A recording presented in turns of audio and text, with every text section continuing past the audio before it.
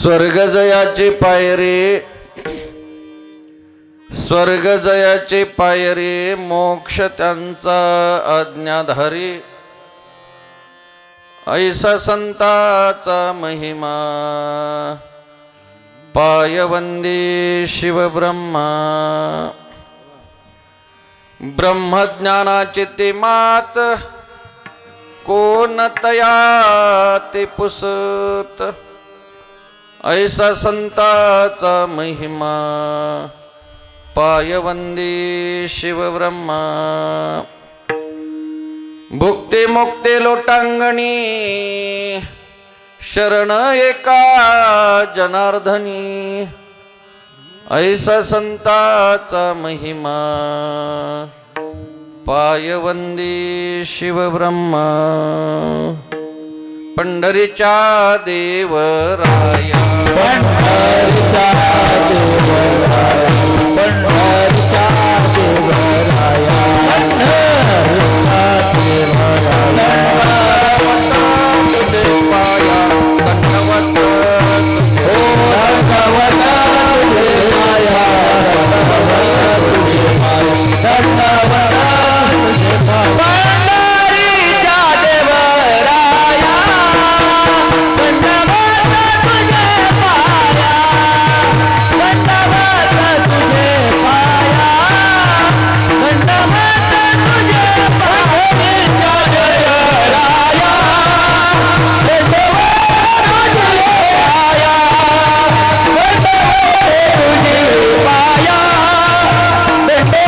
दंडवत तुझे पाया, दंडवत तुझे.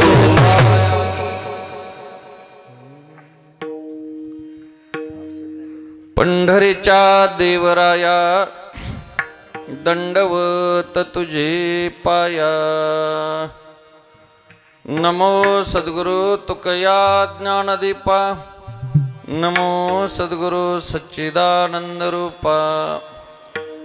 नमो सद्गुरु भक्त कल्याण मूर्ती, नमो सद्गुरु भास्करा पूर्ण कीर्ती. बोलू नका न मनापुरतं तर. विठ्ठल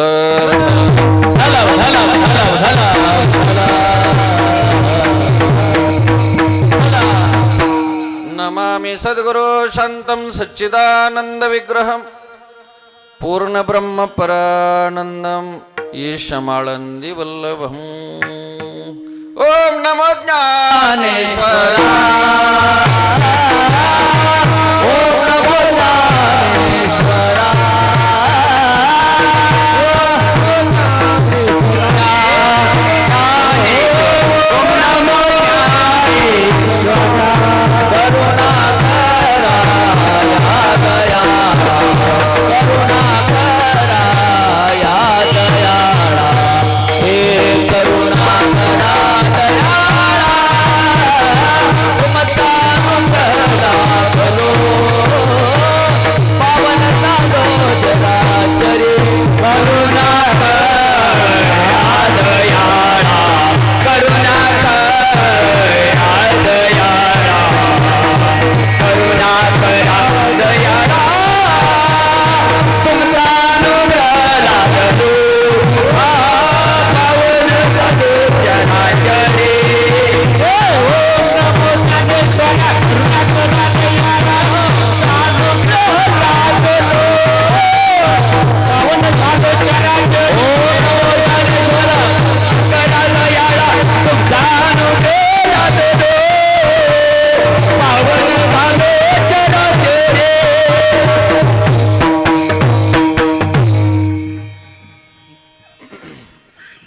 ओम नमो ज्ञानेश्वरा, करुणा करा दयाळा. तुमचा अनुग्रह लादलो, पावन झालो चराचरे.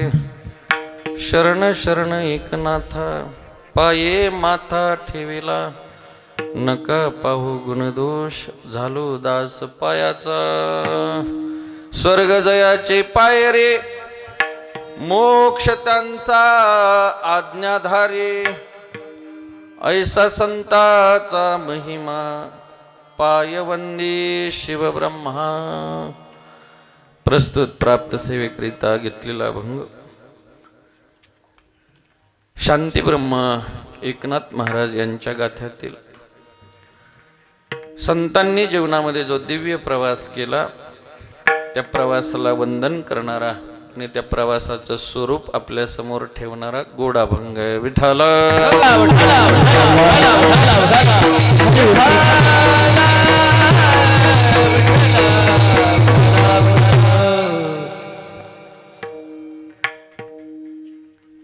सिद्ध संत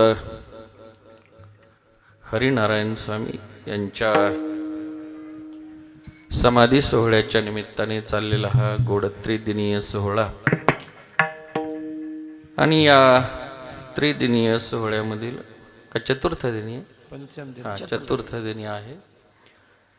पत्रिकाही पाहणं झालं नाही सर, माफ करा. पण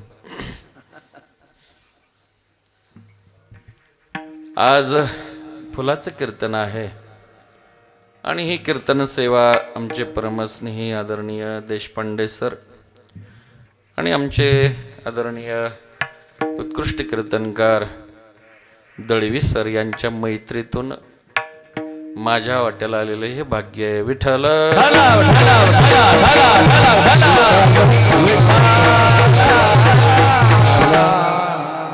या सेवेसाठी सर्व भक्त मंडळी सेवेकरी मंडळी उपस्थित आहे. अगदी परंपरेतील हे स्थान आहे. महाराष्ट्र ही संतांची भूमी आहे आणि या भूमीमध्ये ज्यांनी ज्यांनी उत्कृष्ट भूमिका निभावल्या त्यातली ही एक भूमिका मांडणारं व्यक्तिमत्व आहे. या भूमीमध्ये जन्माला येणं हे तर मोठं भाग्य आहेच, पण इथं जन्माला आल्याच्या नंतर भूमिका कळणं हे त्याहून मोठी गोष्ट आहे. इथं भूमीत जन्माला येणं पुण्याची गोष्ट आहे. पवित्र तो देश पावन ते कोळ जिथे हरीचे दास जन्म घेते. इथं हरिदासांनी जन्माला यावं इतकी ही भूमी पवित्र आहे. आणि इथं जन्माला आल्याच्या नंतर जी भूमिका वटवायची असते ती भूमिका संतांनी हरिनारायण स्वामी यांनी आपल्या समोर ठेवली. नाहीतर मग आपल्याला भूमिका कळली नसते. आपल्याला भूमिती चांगली समजते नाही असं नाही. भूमिती चांगली आहे. कुठं 2 गुंठे घेतल्याच्या नंतर डबल पैसे होतील हे काही सांगावं लागतं का आपल्याला? कोणती जमीन नंतर या ठिकाणी खूप भावाने विकली जाणार आहे हे सर्व जरी आपल्याला माहीत असलं तरी सुद्धा जीवनातलं मूल्य कशानं वाढतं हे कळेलच, हे काही सांगता येत. आणि म्हणून आपल्या जीवनातली मौल्यवान भूमिका संतांनी आपल्याला समजावली. नव्हे नव्हे सांगितली नाही, फक्त कीर्तन नाही केलं तर वर्तन करून दाखवलं. आपल्या समोर या ठिकाणी जीवनाचा प्रवास ठेवला. तशी तुम्ही आम्ही सगळे प्रवासीच माणसं आहेत. कोणाचा प्रवास चालू नाही सज्जनो, सगळे प्रवासी आहेत. कोणाच्या प्रवास लक्षात असो अगर नसो, कोणाला तो कळो अगर न कळो, आपण सगळे प्रवासी मंडळी आहेत. गंमत एवढीच आहे की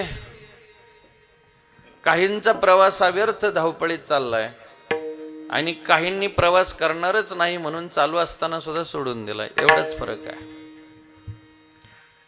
एक जण रेल्वेच्या डब्यात बसल्या बसल्या धावपळ करायचा, मागच्या शीटवरून उठायचा आणि पुढच्या शीटपर्यंत जायचा पळतच. रेल्वेत प्रवास चालू आहे, मागच्या शीटवरून उठावं, पुढच्या शीटपर्यंत पळत जायचं, पुन्हा पाठीमागे यायचं. एक शहाणा माणूस म्हटला, अरे का धावपळ करतो? तो म्हटला, मला लवकर जायचंय. तो शहाणा माणूस म्हटला, आता डबा जाईल तेव्हाच तू जाणार आहेस आणि डब्यात बसल्या बसल्या धावपळ करशील तर तू डब्यात जाण्याची शक्यता आहे. आता तुला कळलं पाहिजे डबा कधी जाणार आहे, ही रेल्वे कधी पोहोचणार आहे, मला किती वाजता उतरावं लागणार आहे, हे कळलं तर बरं आहे. म्हटले नाही ही धावपळ व्यर्थ आहे. अशी बरीच डब्यात धावपळ करणारी मंडळी पण असते. काही मात्र या ठिकाणी प्रवास चालू आहे, हातपाय बांधून रथात टाकले, पडले पडले म्हणतात मी जाणार नाही. रथ चाललेला आहे, गाडीत बसल्या बसल्या त्याला असं वाटतं आपला प्रवास आपण ठरवलं तर बंद होईल. कारण जाणारच नाही म्हणतो तुम्ही किती प्रयत्न करा. बांधोनी हात पाय माऊली लिहितात, बांधोनी हात पाय जो रथी घातला होय तो न चालता जाय दिगंता जेवी. माऊली म्हणतात आता तू जरी नाही चालला तरी तुझा प्रवास चालूच आहे. प्रवास थांबवता येत नसतो सज्जनो. जीवन जगत असताना मी प्रवास करणार नाही म्हणणं हास्यास्पद आहे आणि धावपळ करणं हेही हास्यास्पदच आहे. विठ्ठल आणि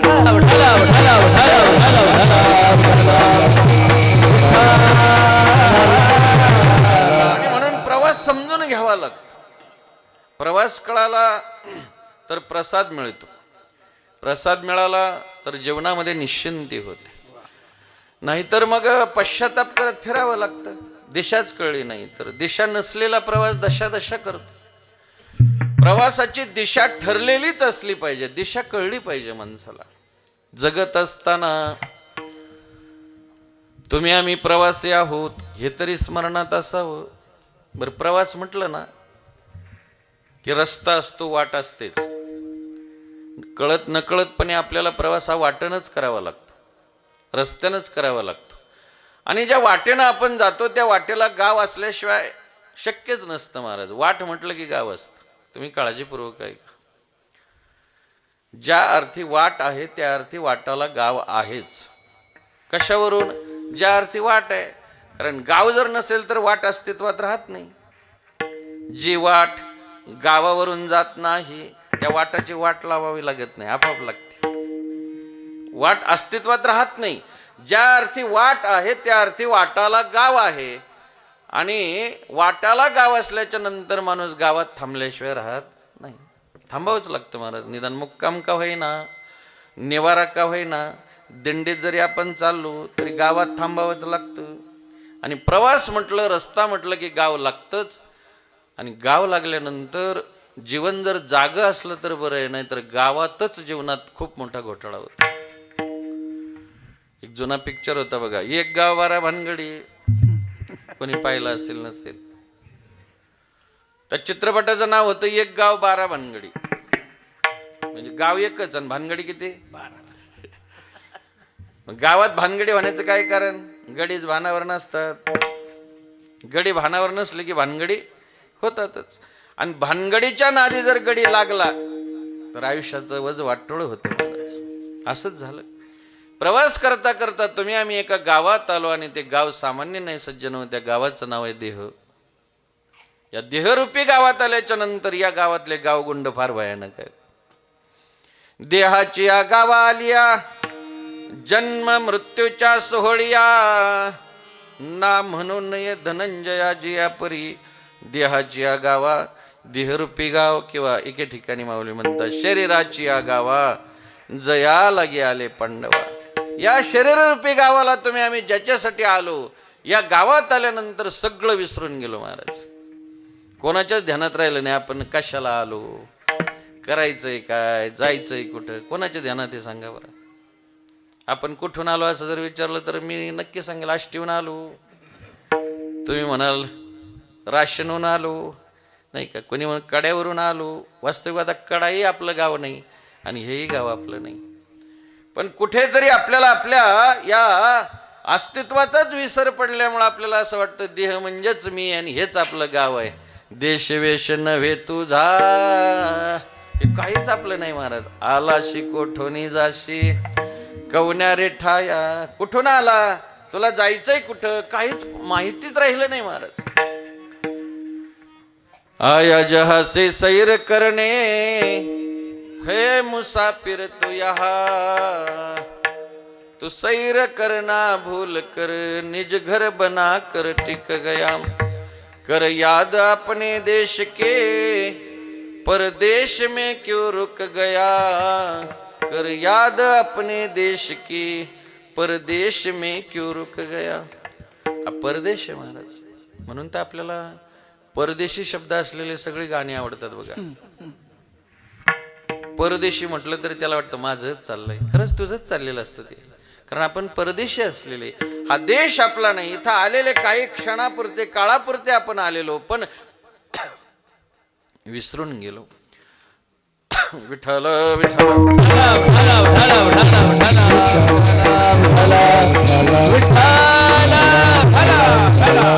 आपण जरी विसरलेलो असलो, आपल्याला जरी याचं नॉलेज राहिलं नसलं, जरी आपण शरीररूपी गावामध्येच या ठिकाणी नको ते करत बसलो असलो, तरी संतांना मात्र याचं यथार्थ ज्ञान आहे.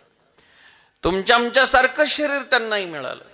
तेच डोळे, तेच हात, तेच कान, तेच शरीर. पण या शरीराला आल्याच्या नंतर त्यांना जर विचारलं ना तुम्ही कुठून आलात, तर ते सांगतात आम्ही वैकुंठवासी आलो कारणाशी बोलिले देऊची कात भावे वर्ताया वासे आलो कारणाशी बोलिले देऊची कात भावे वर्ताया. हो, अगदी यथार्थ ज्ञान आहे.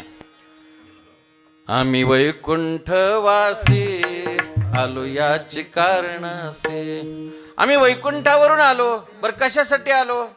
बोलिले जे ऋषी साच भावे वर्ताया. आम्ही ऋषी मुनींनी जे आम्हाला सांगितलंय ते वर्तन करण्यासाठी आलो. फक्त कीर्तन केलं असं नाही, तर वर्तन करून दाखवलं. एक वेळ कीर्तन करणं सोपं आहे, पण वर्तन करणं फार कठीण आहे महाराज. आणि वर्तन करावं ते संतांनीच. काय काय वाट्याला आलं नाही महाराज, पण वाट नाही सोडली, याला म्हणतात संत. तुम्हाला मला वाट सोडायला काय फार लागतं का महाराज? वाटेवरून घसरण्यासाठी आपल्याला काही लागत नाही. परमार्थ करत असताना माणसांना काहीही सहन होत नाही महाराज. काय सहन करतो आपण? अजिबात कुठलं काही सहनशीलता नसते. रात्री एक जणाला म्हटलं, अरे हळू टाळ वाजव ना. ते माझ्या समोर आलं म्हटलंय तुमचा टाळ. एवढ्यावर नाही थांबला महाराज. माळ काढली म्हणलं तुमची माळ. आणि झाला म्हणलं जाळ, पुन्हा येत नसतं तुमच्या. मी एक जणाला विचारलं, फारच रागीट माणूस आहे. ते म्हणलं रागीट वगैरे काय नाही, घरीच गेलाय म्हटले तो. म्हटलं मग काय झालं असं? नाही म्हणे सकाळपासून तो बाहेरच फिरत होता. म्हटलं काय झालं काय? नाही म्हटलं घरच्यांनी सकाळी सकाळी हाणला होता म्हणून तसं करत. घरच्याने हाणला तरी घरीच गेला, पण कीर्तनात एवढं सुद्धा सहन नाही झालं. घसरतात माणसं, पटकन बाजूला होतात. परमार्थ करत असताना कितीही अपमान वाट्याला आला, वर्तन करत असताना काय दिलं समाजाने? दुःख सोडून काही नाही दिलं महाराज. समाजाने जाऊ द्या, महाराजांच्या बाबतीत तर या ठिकाणी ज्यांनी दत्तक घ्यावं त्यांनीच घरातून नाही का. इतिहास सांगतो की वास्तविक पाहता वडिलांनी अपमान करणं, आईनं अपमान करणं किती कठीण आहे महाराज. जगाने अपमान केलेला कदाचित माणूस सहन करू शकतो, पण जवळचेच जेव्हा या ठिकाणी आपल्याला वाळीत टाकतात ते फार भयंकर असतं. मौलींच्या वाट्याला तेच आलं महाराज. त्रास देणारी घरातलीच सगळी जवळचीच मंडळी होती. नाहीतरी सगळे जवळचेच त्रास देतात, फक्त माणसाला वाटतात हे जवळचे आहेत. आयुष्यामध्ये जो त्रास झाला ना तो जवळच्यांपासूनच होतो महाराज, फक्त कळत नाही आपल्याला. आणि जगाने दिलेला त्रास कधीही माणसाला परिणामकारक नसतोच. त्याचं त्याला काही वाटतही नाही. जगाने दिलेल्या त्रासाच माणूस दुःखी होतो जेव्हा आपले त्रास देतात. आपल्याला फसवलं कोणी आत्तापर्यंत? जगाने का आपल्या माणसाने? ज्याच्यावर विश्वास होता. फसवणूक त्यांनीच केली महाराज. ज्यांच्यावर आपण विश्वास टाकला, ज्यांना आपण आपले म्हटलो, त्यांनीच फसवलेलं असतं. आजही माणसाच्या जीवनातल्या भयानक वेदना जर कोणत्या असतील तर आपलीच आपल्याला त्रास देतात. ह्या वेदना आहेत. एक लोखंडाच्या दुकानात लक्कन उडाला, एक सोन्याच्या दुकानात लक्कन उडाला. रस्त्यावर आले दोघेही मार खाता खाता. आयरणीवर लोखंडाच्या हातोडीने मारलं जात आहे. मार खाता खाता दोघेही रस्त्यावर आले. दोघांनी एकमेकाकडे पाहिलं आणि गळ्यात पडले. गळ्यात पडल्याच्या नंतर मोठ्याने रडायला लागले. काय खरं नाही म्हटलं, फार मार चालू आहे. तो म्हटलं जाऊ दे, संसार त्यालाच म्हणतात ना. तो म्हटलं अरे पण इतकं वाट्याला येऊ नये कोणाच्या. इतका मार चालू आहे, घणाने हातोडीने मारतायत म्हटलं. तो सोन्याचं कण म्हटलं अरे दोघालाही लोखंडाचीच हातोडी मारते, पण तू फारच ओरडतो रे मोठ्याने त्या लोखंडाच्या कणाला. जाऊ दे म्हटलं, पण तुला मारणारी हातोडी लोखंडाचीच, मला मारणारी लोखंडाचीच. तो सोन्याचं कण लोखंडाच्या कणाला म्हटला आणि त्या लोखंडाच्या कण्याने मोठ्याने टाव फोडला. हेच तर दुःख आहे म्हटलं. लोखंडाचा कण म्हटला तुला हे मारणारी हातोडी लोखंडाची, मलाही मारणारी लोखंडाचीच, पण आपलेच आपल्याला मारतात त्या वेदना तुला काय करणार आहे. मला मारणारे माझे आहेत म्हटलं, आणि तुला मारणारे परके तरी आहेत. वेदना भयंकर असतात महाराज. आज आपण जे दुःख आहे त्याचं कारण एकच आहे. संसारी माणूस जे कोलमडतोय आज, त्याचं एकच कारण आहे, त्याला वेदना आहेत, त्याला त्यांच्याच माणसांनी फसवलंय. जाळतं कोण आपल्याला, बाहेरचे का घरातले? घरातले. मेल्यावर जाळतात का जिवंतपणे? मेल्यावर तर भावकी जाळते, पण खरं जिवंतपणे जाळणारे जर कोण असतील तर घरातले आहेत. आपली नसते तेवढी सहनशीलता महाराज त्यांच्या इतकी. आपण कोलमडून जातो. पण संत जीवनाकडे जर पाहिलं, चिमूटभर भिक्षा वाढली ती सुद्धा त्या झोळीमध्ये नाही राहू दिली महाराज. एखाद्यानं यावं, मौलींच्या त्या झोळीतली ती भिक्षा उलटी करावी, पुन्हा घेताच येऊ नये म्हणून पायाने माती मळण करावी. काय खावं आम्ही असं विचारल्याच्या नंतर एखाद्याने पळत जावं, गोवरी आणून त्या झोळीत टाकावी. यापेक्षा काय दुःख द्यावं.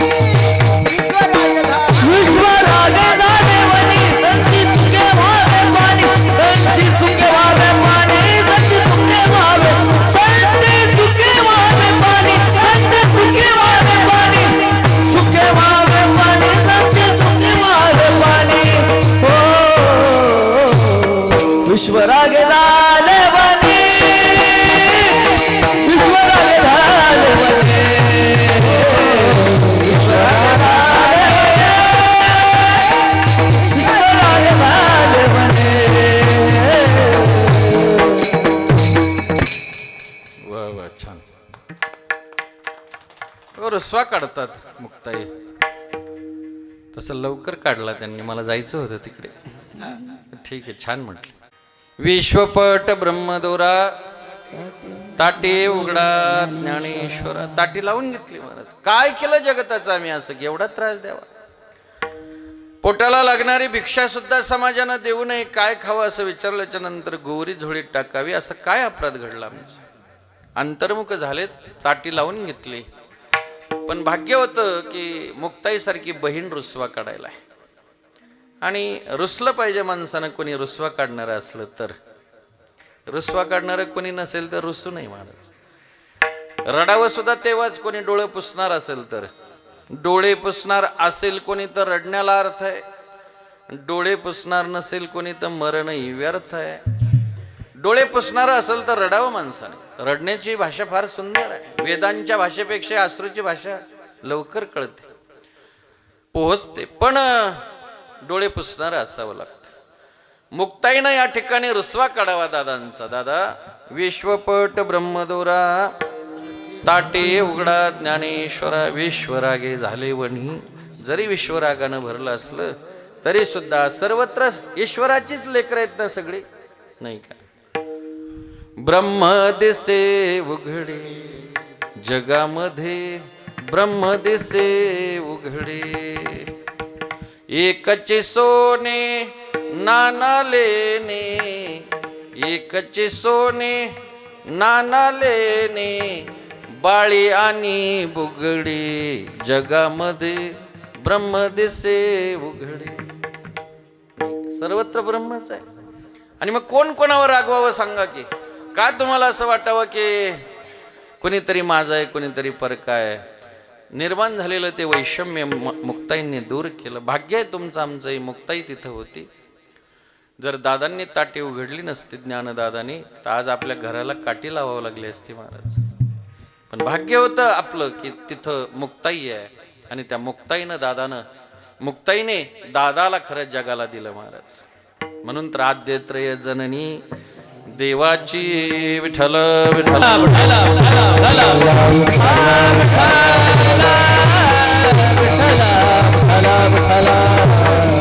व आपल्या संस्कृतीमध्ये विचारधारेमध्ये स्त्रीला फार अनन्यसाधारण महत्व आहे महाराज.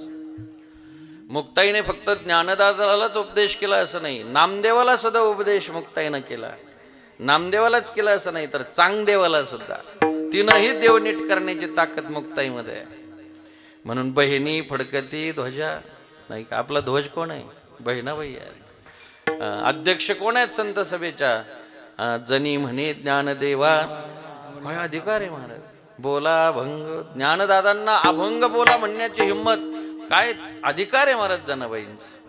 आणि म्हणून आपल्या विचारधारेमध्ये स्त्रीला डोक्यावर स्थान आहे महाराज. आता काही अज्ञानाने काही बोंबलतात, तो भाग वेगळा आहे. वारकरी विचारधारा एवढी श्रेष्ठ आहे महाराज. सकळांशी येथे आहे अधिकार. आपण कोणाचा अधिकार काढून घेऊ शकत नाही महाराज. इथं सगळ्यांना अधिकार आहे.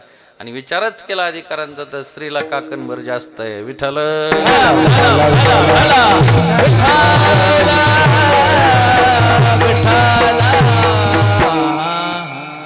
आयुष्यामध्ये आपल्याला खऱ्या अर्थाने संत वर्तन करून दाखवतात. कितीही जरी जगानं राग केला तरी नाही कधी स्वतःच्या जीवनाला दूषण दिलं.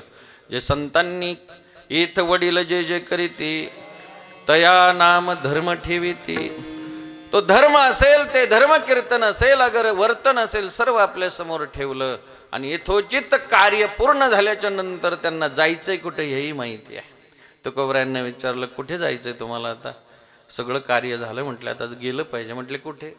आपुल्या माहेरा जाईन मी आता, निरोपया संत हाती आला. जायचंय कुठे? माहेराला. माहेर ध्यानात पाहिजे. माऊलींना पण विचारलं, कुठे जायचंय? जाईन गे माये तया पंढरपुरा, भेटे ना माहेरा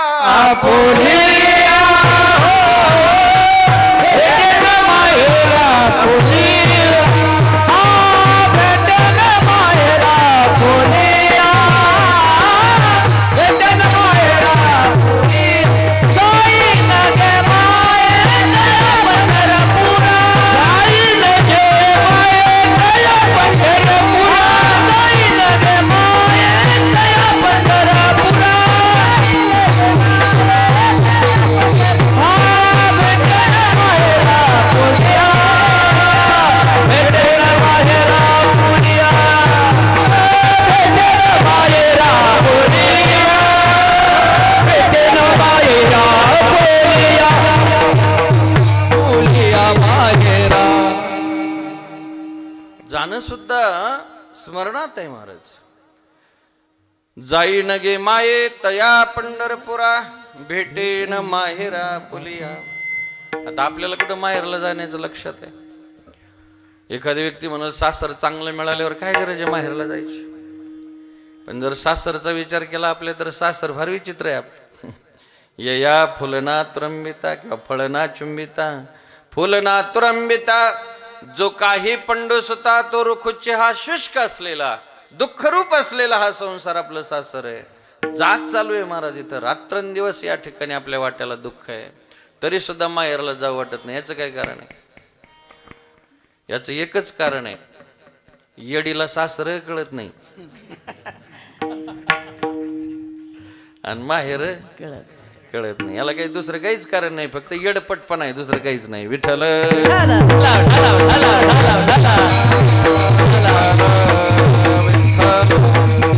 साई बाई जाते ग माहेराला, बाई बाई जाते ग माहेराला.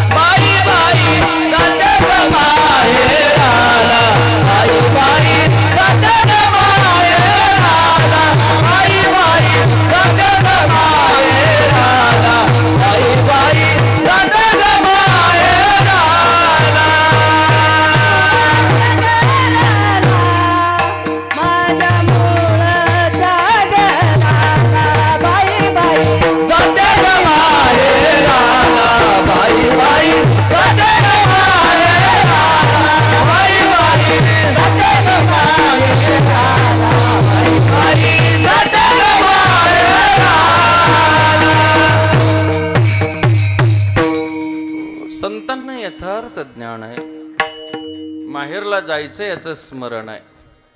आपल्याला मात्र यातलं कोणतंही स्मरण राहत नाही. संतांनी तुमच्या आमच्यासारख्या शरीराला यावं, या शरीरामध्ये अडकू नये, रथ करावा या शरीराचा आणि समाजासाठी काम करावं. बांधिले सोडीत बुडाले काढीत साकडे फिडीत अर्थाची. शरीरात अडकले नाही, या गावामध्ये अजिबात अडकले नाही. तो दिव्य प्रवास करावा आणि तो प्रवास करत असताना सिद्धी हात जोडून दारात उभ्या राहतात. बघा, साधनेची पराकाष्ठा झाल्यानंतर सिद्धी हात जोडून उभ्या राहत असतात आणि सिद्धी प्रसिद्धी मिळवून देतात. तर बाबांच्या जीवनात अनेक प्रसंग असतील. ते बोललं तसंच झालं असेल, ज्याला आशीर्वाद दिला त्याचं कल्याण झालं असेल, दर्शन घेतलं तरी दुःख दूर झालं असेल. आता चरित्र त्यांचं कदाचित आपल्या माझ्याही वाचनात आलं नाही, पण नक्की जर आपण शोध घेतला तर एवढ्या सिद्ध संताचं जीवन जर आपण पाहिलं तर नक्कीच त्यांच्या दृष्टीनं सुद्धा कल्याण झालं असेल एखाद्याचं. पण सगळं कळत असून सुद्धा, सगळं प्राप्त असून सुद्धा ते सिद्धीमध्ये कधी अडकले नाही. कारण सिद्धीमध्ये अडकणं म्हणजे प्रसिद्धीत अडकणं असतं. सहज घडले असतील गोष्टी, पण त्याचा ते बाजार कधी मांडत नाही. बाजार मांडायला आपण फार भारी असतो. पाणी कळतं का नाही आपल्याला कोणाच ठाऊक ते जमिनीतलं, पण नारळन तांब्यान ते घेऊन माणसं महाराज दिवसभर फिरत बसते. आपण दिलेला बोर फेलत जात नाही. आणि तेच म्हणतो, ज्याला सिद्धी प्राप्त आहे तो कधीच असं म्हणत नसतो.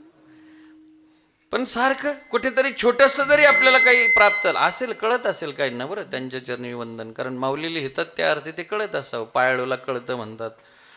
एखादी त्यातली व्यक्ती असेलही, पण त्याच्यामध्ये अडकणं मात्र या ठिकाणी स्वतःचं जीवन संपवणं आहे. अहो, पाणी कळतंय असं कळलं तर पाणी प्यायला लोक सवड देत नाही, गाड्याच्या गाड्या दारात राहतात, आहे की नाही? मग भजन कधी करायचं?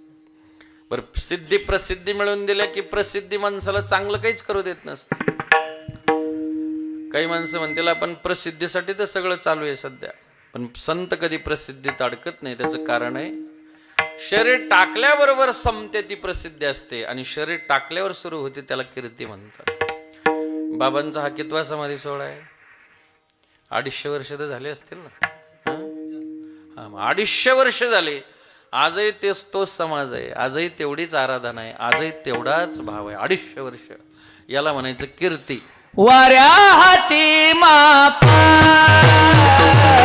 वाऱ्या हाती माप चाले सजनाचे, वाऱ्या हाती माप, वाऱ्या हाती माप, वाऱ्या हाती माप चाले,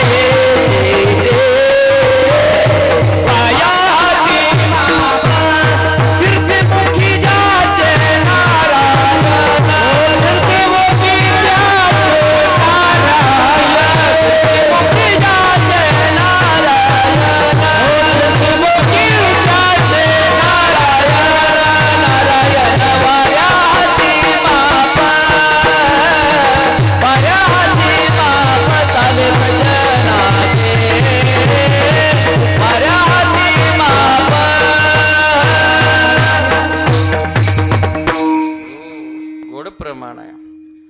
वाऱ्या हाती माप चाले सज्जनाचे, का कीर्तिमुख त्यांचे नारायण. कितीही प्रयत्न केला बाकीच्यांनी त्यांना डावलण्याचा तरी शक्तीच नसते समाजात तेवढी. का? कारण त्यांचं मुख नारायण बनलेलं असतं. आता कितीतरी आक्रमण आली असतील मुघल साम्राज्यामध्ये, आपल्या सगळ्या असणाऱ्या ज्या काही आदराच्या खुणा होत्या किंवा जे आदरस्थान होते सगळे मोडीत काढले त्यांनी. एवढी वर्ष इथं बाहेरच्या सत्ता धुमाकूळ घालत असून सुद्धा आजही त्यांचं स्थान अबाधित आहे. ही भगवंताची कृपा आहे महाराज. कारण त्यांनी प्रसिद्धीला महत्त्व दिलं नव्हतं. त्यांना माहिती आहे कीर्ती मिळवली पाहिजे. तुका म्हणे एका मरणीची सरी, उत्तमाची उरे कीर्ती मागे. हो, गेले दिगंबर ईश्वर विभूती, राहिल्या त्या कीर्ती जगामाती. कीर्ती झाली पाहिजे जीवनात. प्रसिद्धीच्या नादी लागू नये. प्रसिद्धी मरण्याच्या अगोदर संपते महाराज. प्रसिद्ध किती दिवस राहतो माणूस? जोपर्यंत 5 वर्ष पदावर आहे तोपर्यंत. पद आहे की प्रसिद्धी आहे, आणि पद गेलं की कोण नाही विचारत महाराज. मग ते दुसऱ्याच मार्गाला लागतात. म्हटले पहिले माझे खासदार आहेत, हे का माणसं म्हणतात हे म्हणजे प्रसिद्ध होते, पण ते जायच्या आधीच प्रसिद्धी निघून गेली. विठ्ठल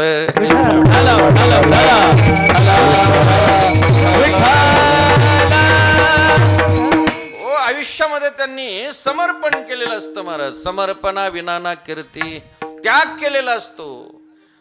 भौतिक बाबीमध्ये न अडकता या ठिकाणी त्या भगवत कार्यासाठी स्वतःचं समर्पण केलेलं असतं.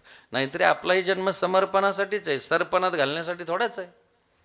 बालपण गेले नेनता, तरुणपणी विषय व्यथा, म्हातारपणी प्रवर्तली चिंता, मरे मागोता जन्मधरी. आपलं बालपण गेलं, पुढे तरुणपण आलं, तरुणपण गेलं, म्हातारपण आलं, म्हातारपण गेलं आणि सरपण आलं. बाकी काय आपल्या जीवनात दुसरं काही नाही. पण संतांचं तसं नाही आहे, त्यांच्या जीवनात समर्पण आहे. म्हणून हा आज आनंद आहे. आजही हजारो समाज रांगा लावून दर्शन घेतो महाराज माऊलींचं. हजारो समाज जमतो आज स्वामींचं दर्शन घेतोय. हजारो समाज तुकोबरायांच्या समोर रांगा लावतो. का? त्यांनी समर्पण केलेलं आहे. तुकोबराय सांगतात, जर आपल्यालाही या ठिकाणी जीवनामध्ये समर्पित व्हायचं असेल तर त्याच्यासाठी मोठा त्याग करावा लागतो. आयुष्यात त्यागाशिवाय काही नाही महाराज. जाऊ द्या, वेळ नाही आपल्याकडे. पण आज जे वैभव, आज जो आनंद आपण उपभोगतोय, या आनंदासाठी मात्र त्यांनी बीज भूमिका स्वीकारलेली आहे समर्पणाची. तुकोबराय सांगतात, दाण्यानं टिच्चून भरलेलं कणीस पाहत असताना नेहमी लक्षात ठेवा की ते फुलण्यासाठी किंवा ते प्राप्त होण्यासाठी एका दाण्यानं गाडून घेतलेलं असतं, समर्पण केलेलं असतं. आपल्याला जरी आज कणीस मिळत असलं खायला, जरी आज आपण त्यांनी निर्माण केलेल्या निर्मितीवर जगत असू, त्यांनी निर्मिती केलेली अभंग आहे म्हणून आपल्या जीवनाला काही भंग नाही आहे. आज जरी आपल्याला ते टिच्चून भरलेलं, दाण्यानं भरलेलं कणीस प्राप्त होत असेल तरी तुकोबराय सांगतात, विसरू नका बरं, त्याच्यासाठी स्वामींनी इथं समर्पण केलेलं आहे. एका बीजा केला नाश,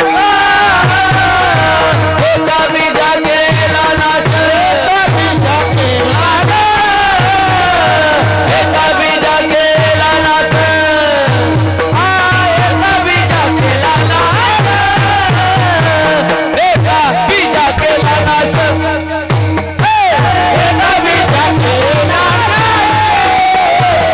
एका बीजा केला नाश.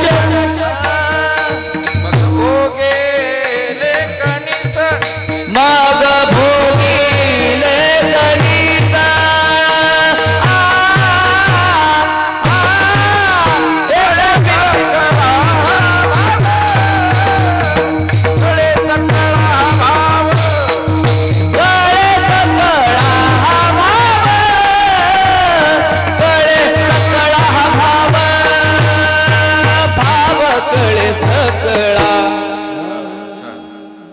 कळे सकळा हा भाव. सगळ्यांना हा भाव कळला पाहिजे. काय? एका बीजा केला नाश, मग भोगिले कणीस. मग हे वैभव प्राप्त आहे. संतांनी समर्पण करावं, कधी प्रसिद्धीत अडकले नाही. पण कीर्तिमुख त्यांचे नारायण बघा. जेव्हा तुकोबरायांची कीर्ती सर्वदूर पसरली तेव्हा छत्रपती शिवराय कीर्तनाला येऊन बसत असत. आता राजे कीर्तनाला येतात म्हटल्यावर प्रजा घरी राहील का सांगा बरं? सगळी प्रजा यायची. तुकोबरायांचं कीर्तन म्हटलं की जिथं जिथं बातमी गेली तिथली सगळी माणसं टोटल तुकोबरायांचं कीर्तन ऐकायला मिळो अगर नाही मिळो, पाहायला तर मिळतील, दर्शन तर होईल. राजे कीर्तनाला येऊन बसतायत. राजे कीर्तनाला आल्याच्या नंतर महाराजांच्या चरणावर नतमस्तक होत असत. का? कारण या कीर्तनाने मावळे घडवली महाराज. मुलाचं लग्न टाकून कोंढाणा घ्यायला जाणारे तानाजी मालुसरे संसारात घडत नसतात, ते कीर्तनात तयार होतात. तुका म्हणे शूर दोन्ही पक्षी भला, मरता मान पावे मुक्त झाला. तुका म्हणे रणी जीव देता लाभ दोन्ही. रामदास स्वामींनी, तुकोबरायांनी या ठिकाणी ही मावळे तयार केली. खऱ्या अर्थाने लढाऊ माणसं तयार होण्याचं ठिकाण जर कोणतं असेल तर कीर्तन आहे महाराज. 12व्या शतकात नामदेवरायांनी माणसं बनविण्याचं हे साधन तयार केलेलं आहे. नाचो कीर्तनाचे रंगी, नाचू कीर्तनाचे रंगी, नाचू कीर्तनाचे रंगी, नाचू कीर्तनाचे रंगी, ज्ञानदीप लावू जगी, नाचू कीर्तनाचे रंगी, ज्ञानदीप लावू, ज्ञानदीप लावू जगी, नाचू कीर्तनाचे रंगी, नाचू कीर्तनाचे रंगी, नाचू कीर्तनाचे रंगी, ज्ञानदीप लावू जगी, नाचू कीर्तनाचे रंगी, ज्ञानदीप लावून दे ज्ञानदीप लावून दे राजो फिरला राजो फिरला राजो फिरला राजो रंगी नाचो कीर्तनाचे रंगी नाचो कीर्तनाचे रंगी ज्ञानदीप लावू लगे नाचो कीर्तनाचे रंगी ज्ञानदीप लावू लगे नाचो कीर्तनाचे रंगी 12व्या शतकात या कीर्तनाने ज्ञानदीप प्रज्वलित केले आणि ज्ञानाशिवाय माणूस तयार होत नसतो. ज्ञानाशिवाय माणूस कधीच त्याग करत नाही. ज्ञानाशिवाय कधी संसार टाकून परमार्थासाठी तयार होत नाही. जोपर्यंत ज्ञान नाही तोपर्यंत परमार्थ नाही. ऐका, अज्ञानात केला जातो त्यालाच तर संसार म्हणतात आणि ज्ञान प्राप्तीनंतर केला जातो त्याला परमार्थ म्हणतात. लेकरू वाट्यावर खेळत होतं आणि रुपया हातातला पडला. आता रस्त्यानं चाललेल्या माणसाने उचलला ना महाराज लेकराच्या हातातला रुपया. पण पैसा वाईट असतो. पैसा माणसाला कधी बदलवेल कुठं घेऊन जाईल सांगता येत नाही. माणसाची चूक नसते पण पैसाच तसा आहे. सकाळी कीर्तनात एक जणाने मला बुक्का लावला. ते जागरण गोंधळून आलेला गडी होता आणि त्याची काही चूक नाही बिचारा. त्याने तिकडे ते भंडारा लावलेला असा घेऊन असा बरोबर आहे त्याचं. पण त्याला काय माहित कीर्तनात वेगळा बुक्का असा लावा लागतो छोटा काही. त्याने बुक्का असाच घेतला सर्जन असाच वाढला मला पुढे. नवीनच निवडून आलेलं आहे त्याला महत्व देणं गरजेचंच असतं. ते वडल्यानंतर सगळा काळाच झालं. पुढून शर्ट काळं पुढून सगळा बुक्का सांडला. ते खाली पाया पडायला वाकल्याच्या नंतर मला सोडल्याच्या पाठीतच बुक्का घालावा. पण ते पाया पडताना त्याने 500 रुपये पायावर ठेवले. माझा खरा राग उतरून गेला. जाय ना गोहायना काळा म्हणलं पण पाया पडताना 500 ठेवले मला. बरं त्याचे हात काळे झालेले. ते इकडे तिकडे बघत होता हात पुसायला. मी शर्टच पुढे केला म्हणलं पुसायला काय अडचण. किती रुपयात? 500. माझी काय चुकी त्याची. कोणी घोळ घातला सगळं?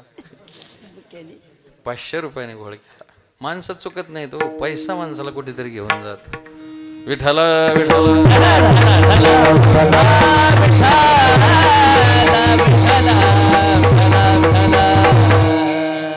उचलला ना लेकराच्या हातातला रुपया. त्याला चांगला माणूस होता तू. त्याला माहिती आहे लेकराच्या हातातला कशाला घ्यावा. वाट्यावर वर खेळत होता खाली पडला. चालता चालता उचलला. पण ते लेकरू रडायला लागलं ना. लेकरू म्हटलं आई बघ त्या बाबाने माझा रुपया घेतला.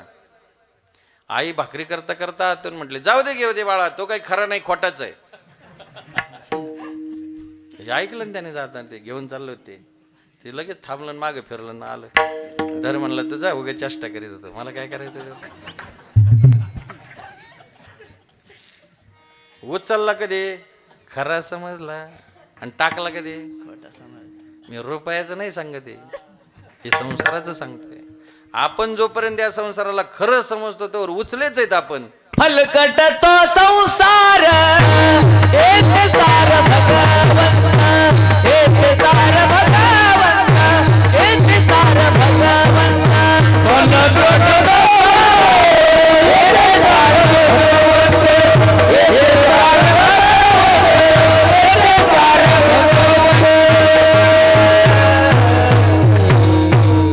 संसारात या ठिकाणी हे जीवन खर्च घालणे इतका तो लायकीचाच नाही. हे कुठं कळलं मावळ्यांना?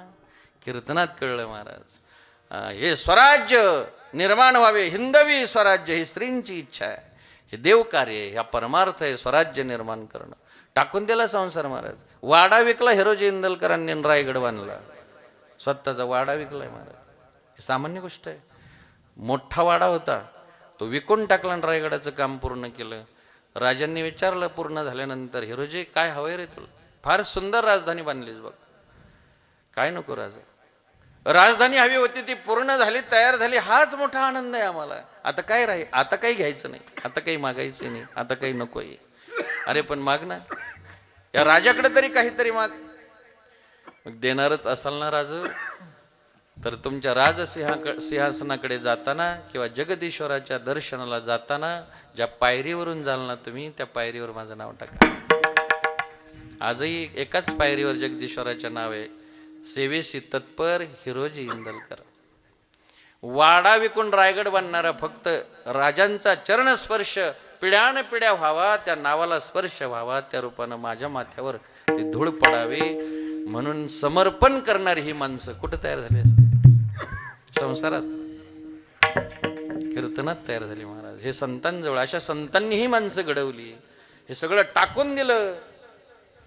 आज आहे का तसं? सांगा बरं. आज सगळ्या सरकारी योजना कोण वाडी बांधतात लोक. आज तसली माणसं राहिली. स्वतःचं देऊन समाजासाठी करणारे कोण नाही. सेवेच्या नावाखाली श्रीमंत होणारी माणसं तयार झाली. सेवेची संधी द्या, सेवेची संधी द्या. कधी सेवा करतो कोणाला माहिती? निवडून आल्यावर स्वतः श्रीमंत होतो. विठ्ठल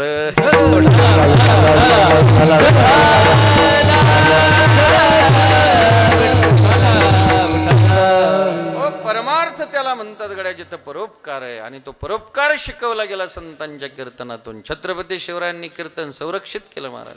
भालदार चोपदार दोन आहेत काय? तर कुठे गेले? तुम्ही संरक्षण काढून घेतलं कीर्तन करायचं.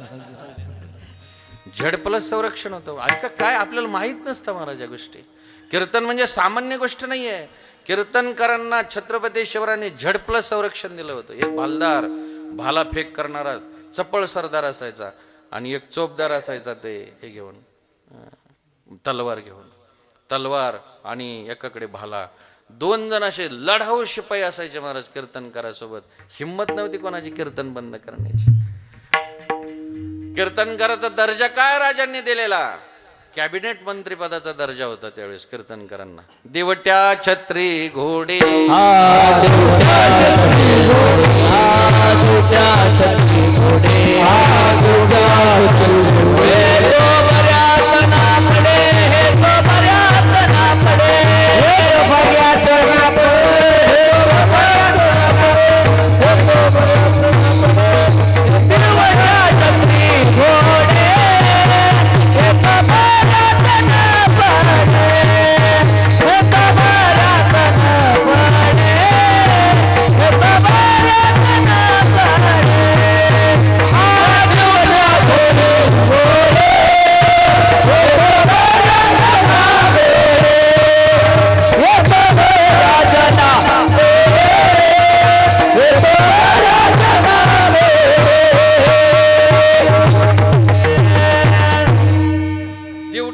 छत्री घोडे हे होतं महाराज करत. तुकोबरायांनी ते परत केलेलं आहे.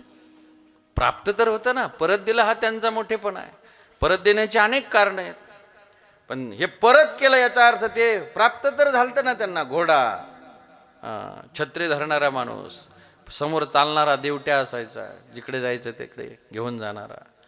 हे सगळं कोणाला होतं त्यावेळेस? जे मंत्र्याला जे होतं सगळं प्राप्त, तेच कीर्तनकारांना, तुकोबरायांना प्राप्त आहे. राजे कीर्तनात यावेत. एकीकडे राजांनी सर्व हे द्यावं, आणि दुसरीकडे रामेश्वर भट्टांनी येताना तुकोबरायांची आरती करावी महाराज. लोकाला सांगावं तुकोबराय कोण आहेत? साक्षात परब्रह्म आहे. मन रामेश्वर भट्ट तुझा, तुका विष्णू नाही द्विजा, तुका विष्णू नाही तुझा, तुका विष्णू नाही तुझा. मन रामेश्वर भट्ट तुझा, तुका विष्णू नाही तुझा, तुका विष्णू नाही तुझा, तुका विष्णू नाही तुझा. द्विजा ब्राह्मण समाजाला सांगत होती.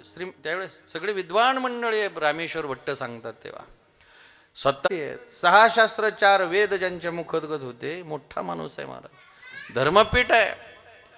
पण धर्मपीठ या ठिकाणी तुकोबरायांच्या कीर्तनाला येते, आणि आल्याच्या नंतर मोकळ्या हाताने येत नव्हते महाराज, आरती घेऊन येत होते. आता रामेश्वर भट्ट आरती करत असतील आणि छत्रपती शिवराय कीर्तनाला असतील, तर आपला दर्शनाला तरी नंबर लागेल का तुकोबरायाचा? चेंगरून मारणारात आपण. अहो, पहावेत तुकोबराय म्हणून गर्दी करत असतील लोक.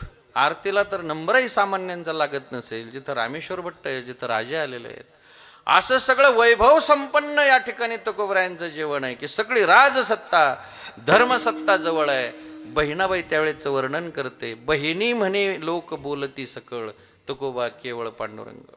सगळा समाज म्हणायचा की पांडुरंग म्हणजे साक्षात तुकोबरा आहेत. आणि हेच पांडुरंग आहेत असं समजून सगळे त्यांच्याच दर्शनाला येत होते. हे कोण सांगतंय? आजच्या माणसाचं नाही सांगत मी, बहिणाबाईचा पुरावा आहे. बहिणी म्हणे लोक बोलती सकळ, सकळ म्हटलंय बरं. बहिणी म्हणे लोक बोलती सकळ, तुकोबा केवळ पांडुरंग. मला सांगा, अशी परिस्थिती असल्यानंतर किती दिवस जगावं वाटेल बरं माणसाला? अहो आम्हाला रोज एखादा हार प्राप्त होतो असं वाटतं रोज कीर्तन असं नसलं करमत नाही महाराज. काय सांगायचं आता, आपलं अवघड आहे नाही का. एखाद्या दिवशी पाकिट नाही मिळालं तर घरच्याला कालचंच पाकिट घे म्हणावं लागतं, नारळ घ्या म्हणावं लागतं, झोपण्यापूर्वी पुंडली वरदा हातात घ्यावं लागतं. ते सवयीचा भाग झालेला.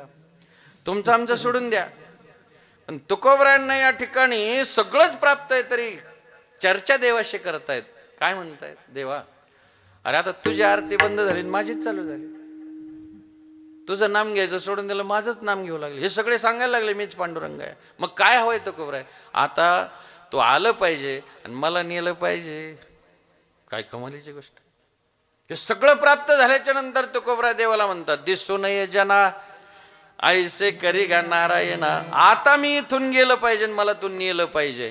का बरं गेलं पाहिजे तुकोबराय? तुम्ही असं का करता? एवढा सगळा समाज प्रेम करतो, राजा तुमच्याजवळ, धर्मगुरू सगळे तुमच्याजवळ, सगळे दर्शन करतायत, तुम्हाला का जावं वाटतं?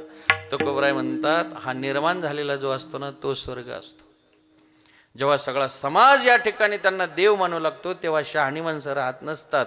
तुकोबराय मग का तुम्हाला इथं जायचं नाही, राहायचं नाही? म्हटले, नाथबाबांनी सांगून ठेवलंय, स्वर्ग निर्माण झाल्याच्या नंतर त्यात रमायचं नाही, पाय देऊन पुढे जायचं अभंगाच्या पहिल्या चरणात. स्वर्ग जयाची पायरी, स्वर्ग जयाची पायरी, स्वर्ग जयाची पायरी, स्वर्ग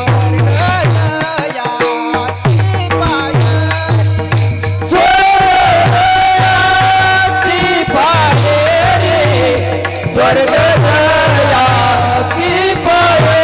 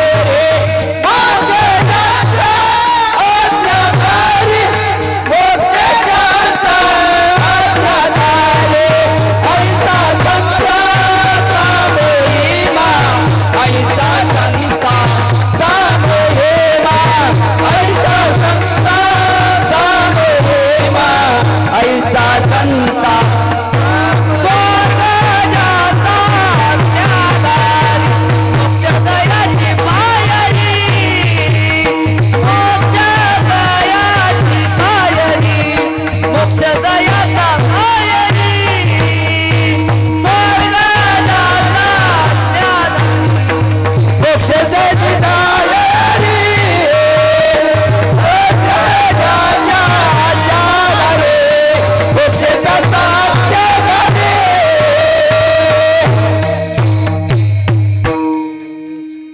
स्वर्गजयाची पायरी, मोक्ष त्यांचा आज्ञाधारी. नाथबाबा म्हणतात की स्वर्ग या ठिकाणी निर्माण झाल्यानंतर शहाणी माणसं त्यात कधीच रमली नाही, थांबली नाही.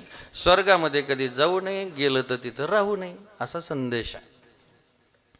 महाराजांनी सुद्धा कदाचित सगळं सहन केलं असेल, पण सगळं प्राप्त झालं महाराज. आता निंबाळकरांसारख्या घरातले त्यांचे शिष्य होते.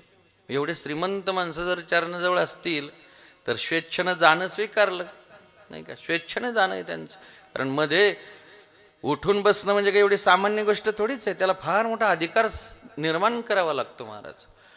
तुकोबराय या ठिकाणी सांगतात की राहू नये किंवा रमू नये त्या स्वर्गामध्ये. का बरं? काही माणसं म्हणतील आम्हाला तर ना दे स्वर्गाला जायचं, आम्ही तर ठरवून टाकलंय स्वर्गाला जायचं, गेला नसला तरी आम्ही लिहितो स्वर्ग, काय स्वर्गवासी, आमचं सगळं स्वर्गात जायलाच चाललंय. पण खरं सांगतो, स्वर्गाला जाण्यासाठी निर्माण करावा स्वर्ग, नाही असं नाही, पण स्वर्गाला जाण्यासाठी किंवा राहण्यासाठी प्रयत्न करू नये. कारण स्वर्गातले भोग असले काय आणि मृत्यू लोकातले भोग असले काय, भोगातलं सुख सारखंच असतं. आणि अधपतन सुद्धा कदाचित स्वर्गामध्ये जाऊन मागं येणं म्हणजे फार मोठी अपमानाची गोष्ट असते. एक तर श्रीमंत होऊ नये आणि झाला श्रीमंत तर पुन्हा गरीब होऊ नये. एक तर स्वर्गात गेला तर पुन्हा मागे येऊ नये, जर अडकला तर मागच यावं लागतं. पुण्यक्षणी मृत्यूलोके विशंती, किंवा तुका म्हणे जाते पुण्यक्षया अधोगती, पुण्यक्षया अधोगती, पुण्यक्षया अधोगती. तुका म्हणे जाते पुण्यक्षया अधोगती, पुण्यक्षया अधोगती, पुण्यक्षया अधोगती. तुका म्हणे जाते पुण्यक्षया अधोगती. पुण्याचा क्षय होतो बरं स्वर्गामध्ये थांबल्यावर. सगळं प्राप्त झाल्याच्या नंतर राजसत्ता धर्मसत्ता सगळा समाज जेव्हा चरणाजवळ येतो तेव्हा शहाण्या माणसाने निघून गेलं पाहिजे, थांबू नये. कारण पुण्य संपून जातं. तुम्ही आता हा हार घालता ना रोज, हा हार सुद्धा ज्याला घातलेला असतो ना त्याचं पुण्य कमी करत असतं. तुम्ही जेव्हा दर्शन घेता तेव्हा ज्यांचं घेतलं जातं त्यांचं पुण्य तिथं त्याला निघून जात असतं. म्हणून तर तुकोबरायांनी सांगितलंय, जेथे कीर्तन करावे तेथे अन्न न सेवावी, माळ घालू नये गळा. हे कशासाठी सांगितलं? माणसं नको त्याचा अर्थ लावते. तुकोबरायांना माहीत होतं जर अडकली तर पुण्याचा क्षय होईल आणि हे सगळे यांचं नुकसान होईल. नुकसान होऊ नये म्हणून दिलेला सल्ला आहे. तिथं पुण्य संपतं. पुण्याचा क्षय झाल्याच्या नंतर खऱ्या अर्थाने आपल्याला पुन्हा अधोगतीला जावं लागतं. नहुष स्वर्गाधिपती झाला, तो रहाटे भांबावला, त्याने भुजंगत्व पावला नेणं शिकाई. तो पुन्हा साफ होऊन पडला महाराज नहुष. इंद्रादी म्हणजे स्वर्गाधिपती झाला. बरं स्वर्गात तरी काय आहे महाराज? जे इथं भोग आहेत ते स्वर्गात आहेत. एक जण म्हणायचा मला स्वर्गाला जायचं. पत्नी म्हटली काय आहे स्वर्गात तुमचं, सारखं स्वर्गाला जायचं स्वर्गाला जायचं. तो म्हणला तिथं अप्सरा आहेत, अप्सरा मिळतात. ते म्हटले मग तुम्ही तिथे गेल्यावर तुम्हाला अप्सरा प्राप्त होतात. तो म्हटला हो. आम्हाला कोण मिळतं? ते म्हणलं तुम्हाला माकडं भेटत आहेत. कुत्सित विचार बोलला, तुम्हाला माकडं मिळतात म्हटलं. तिने वाकडं तिकडं तोंड केलं आणि ते म्हणले बाया आमच्या नशिबात तर इथं तेच आणि तिथं तेच.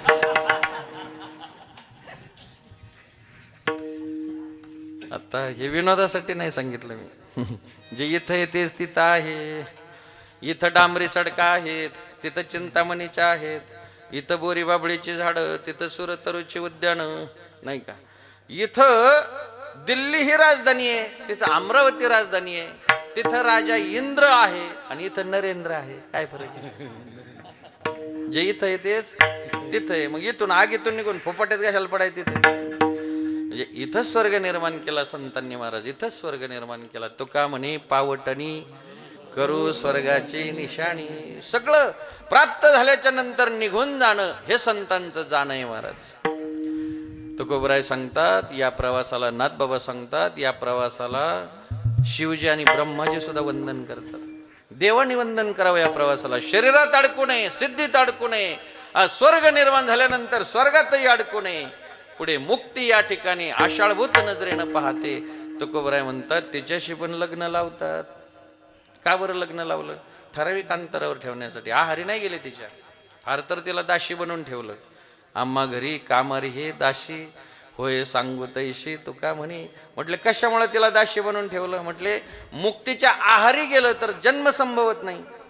मुक्ती आहे तिथं जन्म नाही, पण ती जर ताब्यात असली तर घेईन मी जन्म याच साठी देवा, घेईना मी जन्म याच साठी देवा. घेईना मी जन्म याच साठी देवा, घेईना मी जन्म याच साठी. घेईना मी जन्म याच साठी देवा.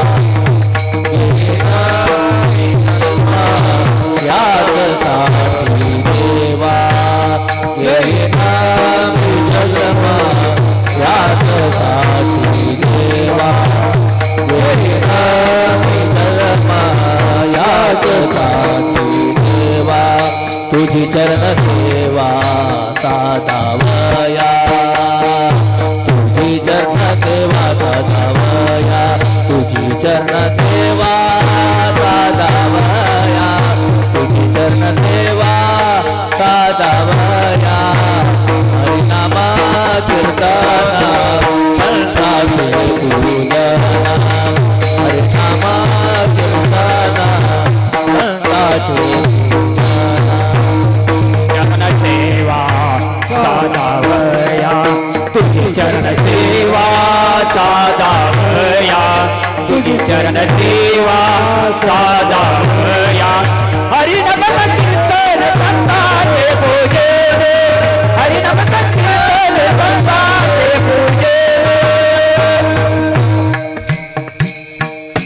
नकोय मुक्ती आम्हाला महाराज का पुन्हा जन्म घ्यायचा आहे त्याच्या आहारी नाही गेलो आम्ही तिला सुद्धा आमच्या ताब्यात ठेवलं का पुन्हा जन्म घ्यायचा आहे स्वर्गजयाचे पायरी आणि मोक्ष सुद्धा आमचा आज्ञाधारी कारण आम्हाला पाहिजे तेव्हा जन्माला जायचं काय करायचंय हरिनाम कीर्तन संताचे पूजन घालीन लोटांगण महाद्वारी या आनंदासाठी या ठिकाणी संत म्हणतात आम्हाला या कशातच अडकायचं नाही नाथबाबा म्हणतात हा सामान्य महिमा नाही ऐसा संताचा महिमा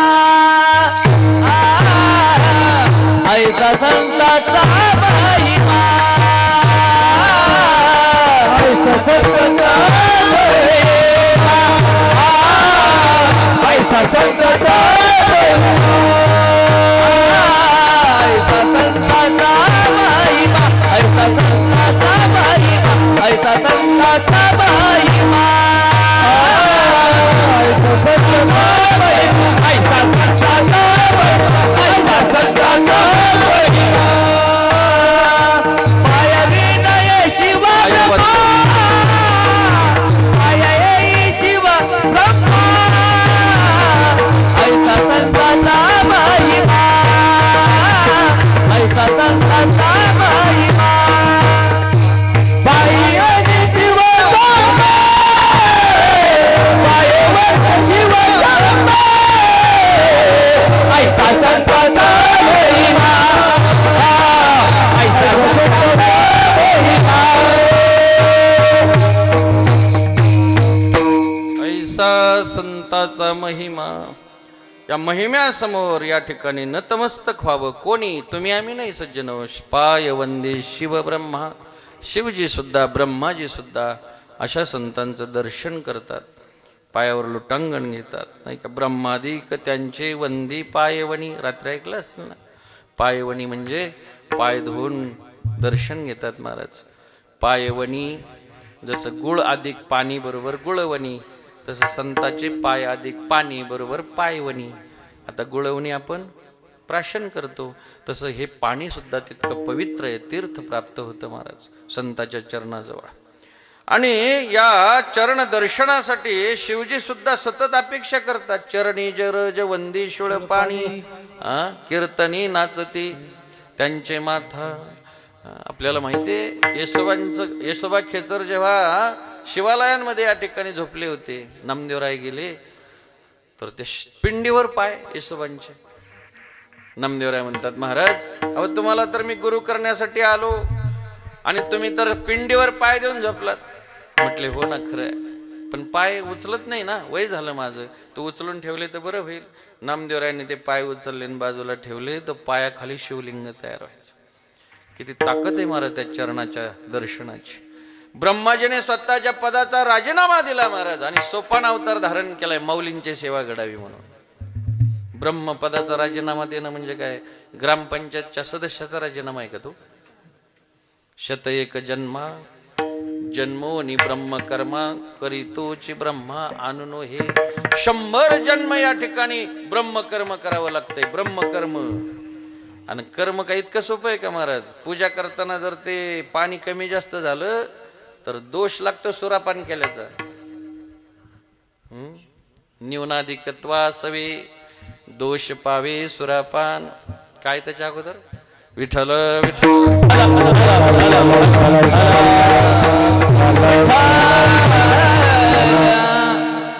आचमन करावे, कर्मी आचमन करावे, माश मात्र जळ घ्यावे. जर कमी आणि जास्त झालं तर दोष पावे सुरापान. इतकं सूक्ष्म कर्म आहे आणि ते 100 जन्मात करायचं मग ब्रह्मपद. तरी सुद्धा म्हटले जाऊ द्या काय त्या पदावर सोडून दिलं महाराज आणि सोपान काकाचा अवतार धारण केला. का तो झाला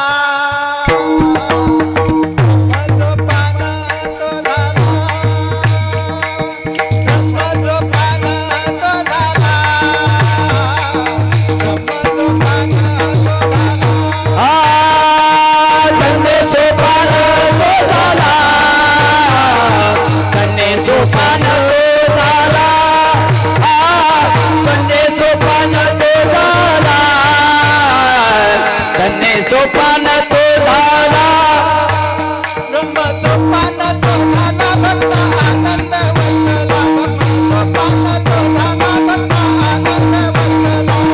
सदा जीवाचा अवतार सुखा माझा ज्ञानेश्वर. सदा जीवाचा अवतार सुखा माझा ज्ञानेश्वर. सोपान तो झाला भक्त आनंद वंदला. सोपान तो झाला भक्त आनंद वंदला. सखा माझा ज्ञानेश्वर. सखा माझा ज्ञानेश्वर. सखा माझा ज्ञानेश्वर.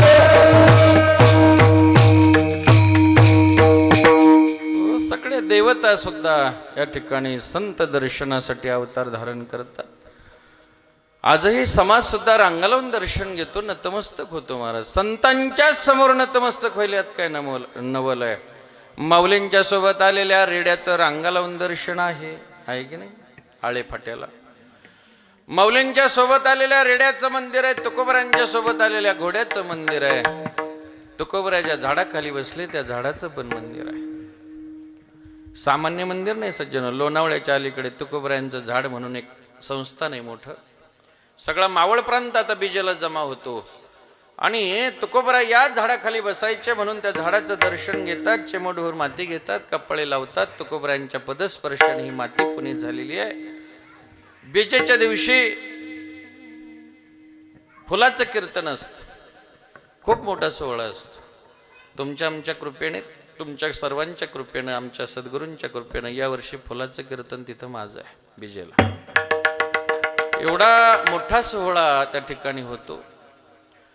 सांगायचं एकच की झाडाचं पण मंदिर आहे आणि झाडाचं पण दर्शन आहे. घोड्याचं मंदिर, झाडाचं मंदिर, रेड्याचं मंदिर. तुकोबराच्या शिळेवर बसले त्या शिळेचं मंदिर आहे. तुकोबरांनी जो टाळ वाजवला त्या टाळाचं मंदिर आहे. माऊलीच्या खांबाला पाठ टेकून बसले त्या खांबाचं मंदिर आहे. ज्या भिंतीवर बसले त्या भिंतीचं मंदिर आहे. मला सांगा, त्यांनी ज्या दगडाला स्पर्श करावं त्या दगडाचं पण मंदिर व्हावं.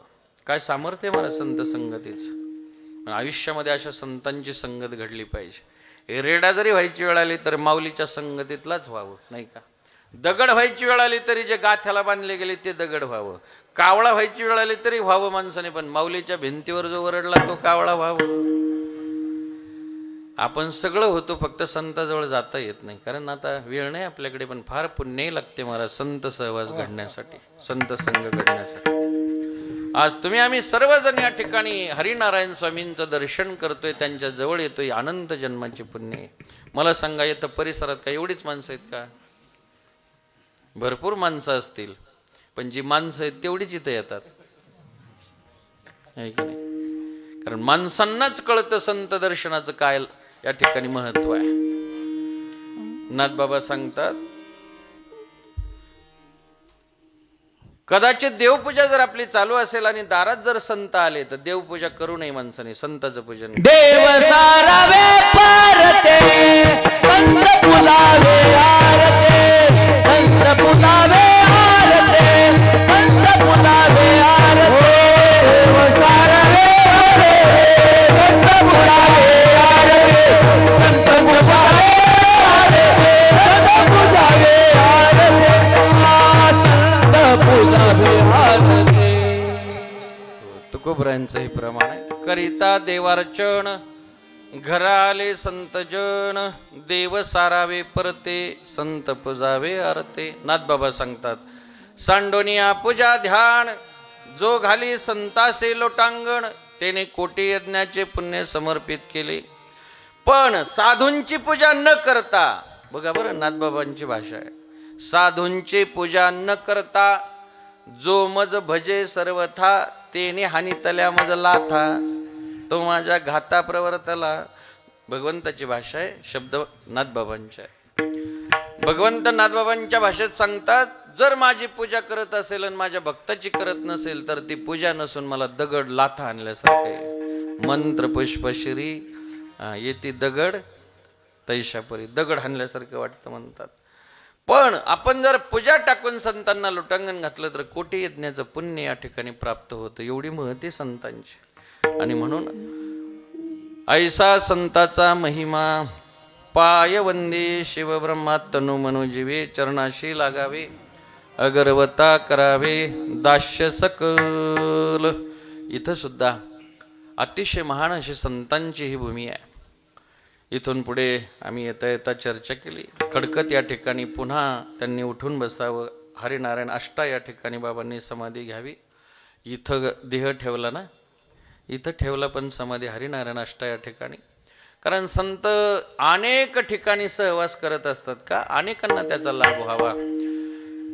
सर्व ठिकाणी जाण्याचं प्रयोजन एकच आहे, वास्तविकवादात तेर हे जन्मगाव आहे.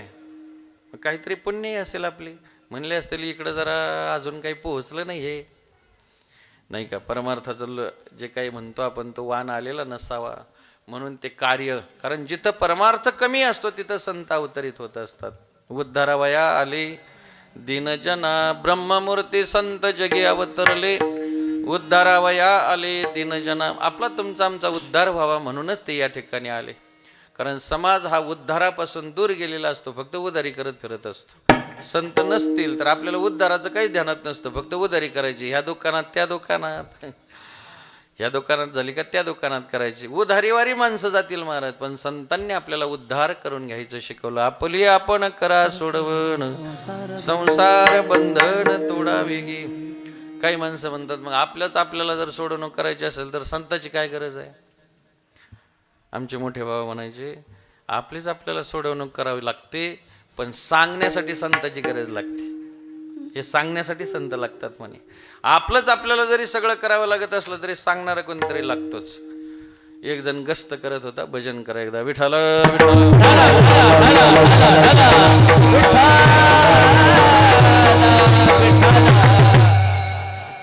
गस्त करत होता. जुना काळे प्रकाशाची साधनं कमी होती, वीज वगैरे नव्हती, पण कंदील हातात होता.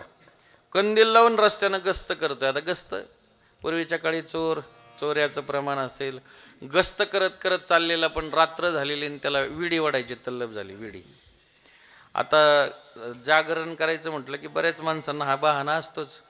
तंबाखू खाणाऱ्याला सुद्धा जर आपण म्हटलं ना रे तंबाखू खाऊ नाही, तो म्हणतो तुम्हाला काय, आम्हाला जागावं लागतं. आता जाग होणंच आहे तंबाखू खाणं म्हणजे जीवनातलं. मग विडी तर ओढायचे, पण काडीच नाही जवळ. मग कुठेतरी हे दार ते दार करता करता त्याला एक मित्राचं जरा ओळखीचं रागवणार नाही असं पाहून त्याने रात्री 1:30 वाजता दार वाजवलं महाराज. कडी वाजवल्यानंतर त्याने दार उघडलं. म्हणे काय रे, अरे काय नाही रे म्हणे, जागायचं रात्रभर, पण विडी आहे पण काडीच नाही. म्हटलं काडी दे ना, म्हणजे विडी वाढायची. त्याने तो कपड्यावरच हाणून घेतलं. तर म्हटलं काय कमाल आहे, रात्रीची झोप मोडवली. अरे तुझ्या हातात कंदील आहे ना, काच वर करायची आणि त्याला पेटवायची ना.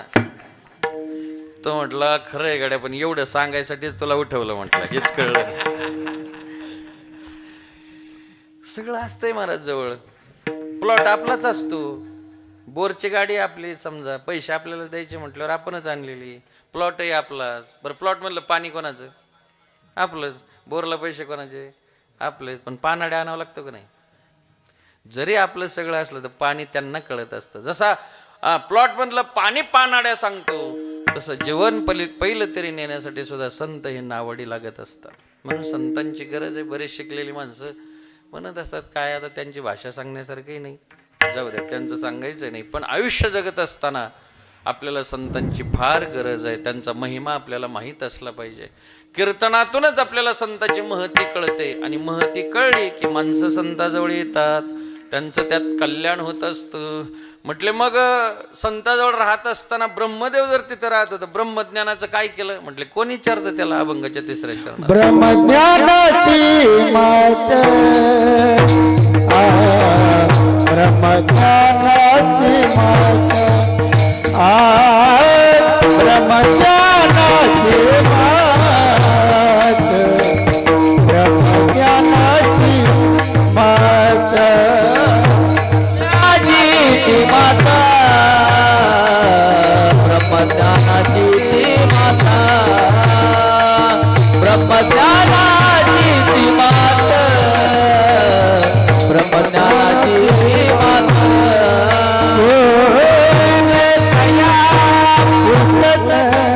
कोण कोण कोण तया तया पूजन ऐसा संताचा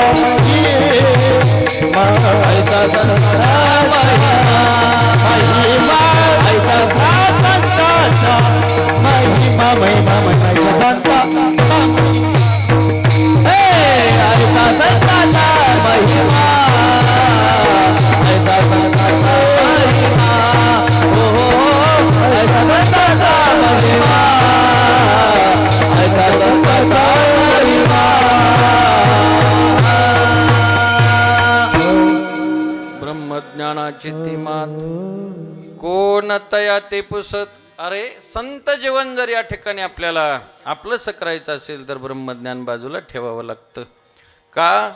कारण ज्ञान जवळ असलं की माणसाला अहंकार होत असतो, नाही का? नवल अहंकाराच्या गोठी विशेषण लगे अज्ञानापाठी सज्ञानाच्या झुंबे कंठी नाना संकटे नाचवी ज्ञान गिळोनी गावा गोविंद संत सांगतात. त्याचं कारण हेच आहे. ज्ञान जर या ठिकाणी आपल्याला नाही पचवता आलं तर ते मग आपल्याला कुठेतरी गर्तेत घेऊन जातं, संशयाला जन्म देतं, तर्काला जन्म देतं, अहंकाराला जन्म देतं. ज्ञान गिळोनी गावा गोविंद. तर्क करणंही चांगलं नसतं, संशय घेणंही चांगलं नाही. आता वेळ नाही आपल्याकडे, पण तार्किकाचा टाका संघ का म्हणतात तुकोबराय? तार्किकाचा टाका संघ पांडुरंग स्मराव. त्याचं कारण असं आहे की तर्काने कदाचित सिद्धी होते पण समाधान होत नसतं. आणि ज्ञानात अडकलेली माणसं तर्क करत असतात आणि तर्काने कदाचित एखादी गोष्ट असलेली नाही अशी सिद्ध करता येऊ शकते, नसलेली आहे असं सिद्ध करता येऊ शकतं, पण समाधान नसतं. एक जण अनेक शास्त्र शिकून आला आणि वडिलांनी विचारलं, म्हणे काय काय शिकला रे तो? म्हटलं राज्यशास्त्र शिकलो. म्हटले चांगलं आहे. सगळ्या शास्त्रांचं सांगत आल्यावर वडिलांना बरं वाटलं, पण तो म्हटलं तर्कशास्त्र शिकलो. वडील म्हटले हे काय असतं रे?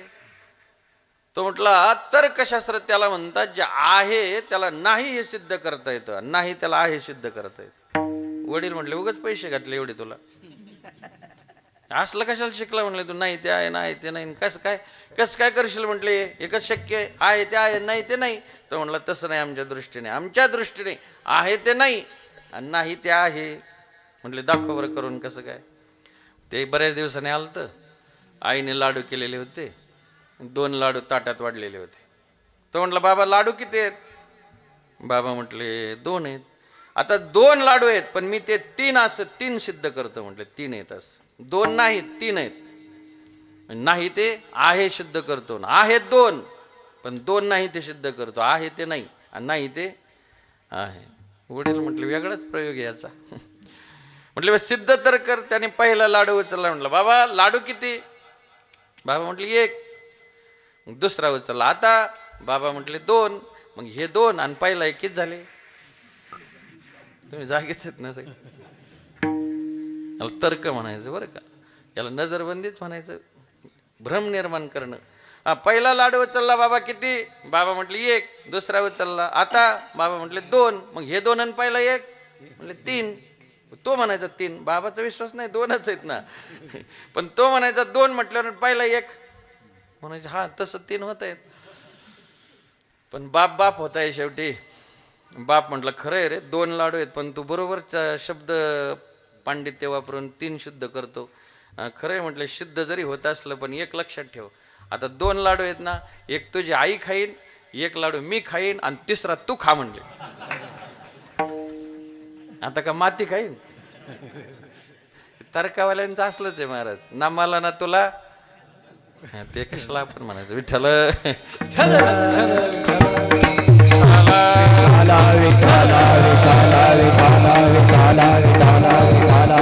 आणि म्हणून ज्ञान जरी असलं तरी ते ज्ञान बाजूला करावं लागतं. भक्तीचा आनंद घ्यायचा असेल, संताजवळ आपल्याला जर राहायचं असेल आणि तो भक्तीचा आनंद घ्यायचा असेल तर ज्ञान बाजूला करावं लागतं. शेवटी साधन आहे, साध्य प्राप्तीत त्याला वेगळं करताच आलं पाहिजे, नाही तर ते अडथळा ठरत असतं. एक जण पोहायचं शिकला, आता पोहायचं शिकला भोपळं बांधून. काय बांधून शिकला? भोपळं बांधून. पण पोहता यायला लागलं त्याला. पोहता यायला लागलं तरी ते भोपळं बांधायचं आणि उड्या हाणायचं पाण्यात. एक शहाणा माणूस म्हटलं, अरे तुला पोहता येत नाही का? येतं म्हटलं. मग पोहता येतं तरी तो भोपळं बांधून का उड्या आणतो? तो म्हटलं माझ्यावर लय उपकार आहे त्याचे, याच्यामुळे शिकलो. हे नसतं तर आपलं काय झालं असतं? भोपळं आहे म्हणून तर शिकलो, त्याला कसं टाकू? ते शहाणा माणूस म्हटला, भोपळ्या तुला जर आनंद घ्यायचा असेल पोहण्याचा तर जरी त्याच्यामुळे शिकला असला तरी त्याला बाजूलाच करावं लागेल. तसं ज्ञानानेच जरी देव कळत असला तरी मिळण्यासाठी किंवा मिळालेला आनंद घेण्यासाठी त्याला बाजूलाच करावं लागतं. विठोबा रखुमाई.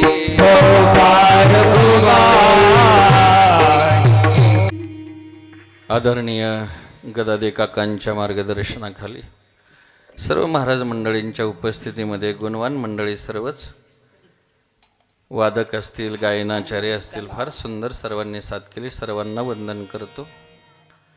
आदरणीय देशपांडे सर यांच्यामुळे या सेवेचा योग आहे. संतांचं गुणगान गावं, थोडासा दिव्य प्रवास आपल्यासमोर असावा या दृष्टीने. तसा ब्रह्ममूर्ती हा अभंग मी घ्यायला लागलो, पण इकडून सूचना आली, म्हटले झालेलं आहे. म्हटलं ठीक आहे, तसं काही नाही, जरा त्या मानाने तुमच्या कृपेने आपलं बरं आहे. तसं काय तुम्ही म्हणले ना अजून इथून पुढे अजून दुसरा घ्यायचा तरी चालेल, काय अडचण नाही. संतांच्या कृपेनं तसं काही नाही. पण चला, चांगली गोष्ट आहे, सांगितलंही पाहिजे. झालेला अभंग सांगितलं. मी विचारलं होतं महाराजांना आल्यावर, पण ते आपलं चर्चा हां ते नव्हतं. ठीक आहे, काय अडचण नाही. तर नाथबाबांचा गोड अभंग आहे. संतांचा जीवन प्रवास आहे. स्वर्ग जयाची पायरी, मोक्ष त्यांचा आज्ञाधारी, ऐसा संताचा महिमा. पाय वंदे शिवब्रह्मा, ब्रह्मज्ञानाची ती मात, कोण तया ते पुसत. नाथबाबा म्हणतात, भुक्ती आणि मुक्ती मुक्ती मोक्ती लोटांगणे, भुक्ती मोक्ती लोटांगणे, भुक्ती मोक्ती लोटांगणे, भुक्ती मोक्ती लोटांगणे, भुक्ती मोक्ती लोटांगणे, भक्ते भक्ते लोटांगणे,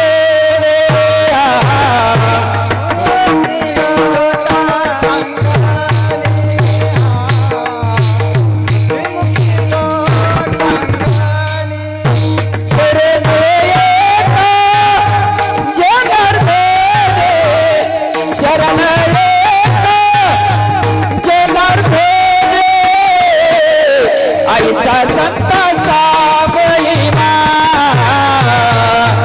ऐसा संताचा महिमा.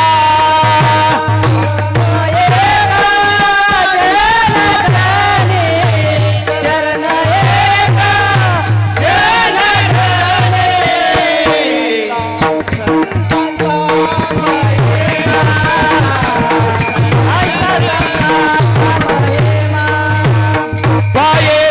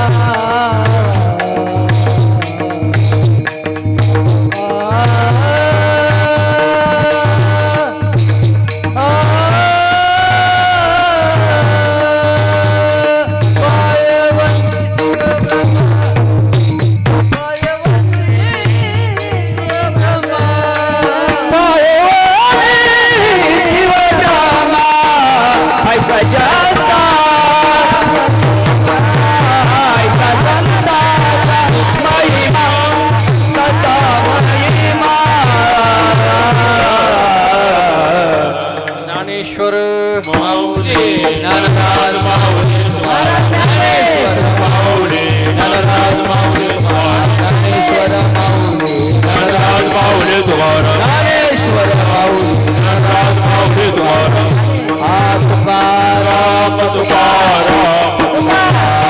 तुकाराम तुकाराम तुकाराम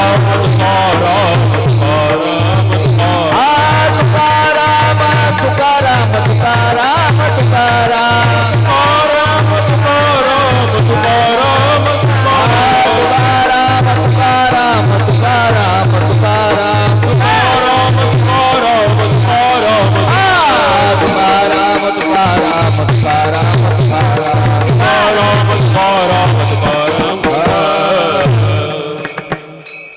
सेवा संपलेली आहे.